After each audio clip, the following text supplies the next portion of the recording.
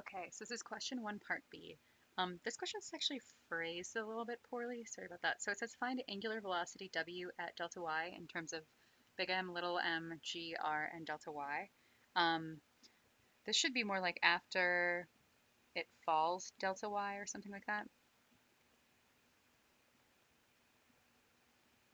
I think that this is not the most clear. Okay, so at this point, we're going to use some kinematics equations. So the kinematics equation we're going to use is w squared is equal to w naught squared plus 2 alpha times theta, right, minus theta naught. So we actually introed this, but I'm going to scroll up just to kind of let you guys know where it comes from. So the linear relationships, just notice, these are really similar, almost identical. When we're dealing with linear velocity, which means like along a line versus angular velocity, the relationships are very similar when we're dealing with acceleration and then the distance traveled. So theta basically kind of tells us our um, distance around the circle. Okay, so we want to find angular velocity. So we're going to start here. Okay, let's think about what we have. So we have alpha from part A. We found this alpha. Okay, and we know that W naught is equal to 0. Okay, so let's plug in those and then simplify this a little bit. So W squared is equal to 0, right? Plus 2, and it was our alpha was um, our alpha, right? So we know that A is equal to R alpha, and so we're going to take the A that we found and basically divide it by R. So from part A, we found the A that it was moving down by. So we found the A tangent, or AY, um, as a relationship.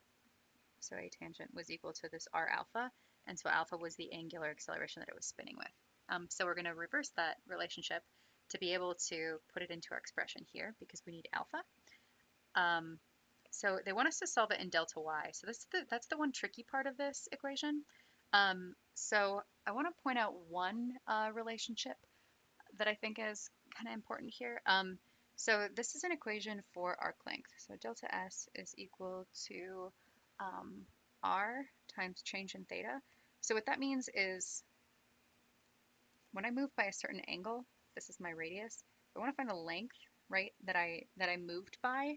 We're going to call that S basically, and it's dependent on R times the change in the angle. Okay.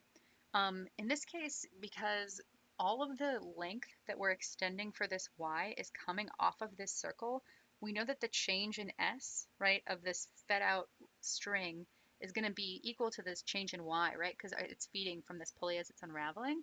So we know that delta S is equal to delta y is equal to r delta theta, okay? So we know that change in theta is equal to delta y over r, right? Okay, and then what's this over here, right? We have theta minus theta naught. That's delta theta. Okay, so if we need to solve in terms of delta y, we have it right here. Okay, and we found that because we know that the change, right, the change in arc length that's feeding off of the rope is going to turn into the vertical length that we're adding. Okay, that's why we can tell that these are equal. Okay, so w squared is equal to 2 alpha, and then let's plug in delta y over, I'll use big R because I think that's what we used for convention with the circle, right? Big R for our radius. And then let's just plug in the alpha. So w squared is equal to 2, let's say a over r, delta y over r, okay? And then say w is equal to the square root of all of this. And then our a, we have from part 1, this is our a. And basically we're just putting that a into here, right? This a came from this. Okay, so w is equal to the square root, right, of 2 times, let's say this whole thing, times delta y over r squared. If I just combine everything else that I had in here, I'm just going to combine that and move it over, and then I'm going to put in my expression for a. Cool. And that's my expression for the angular velocity after it's fallen by some distance, right, delta y, right?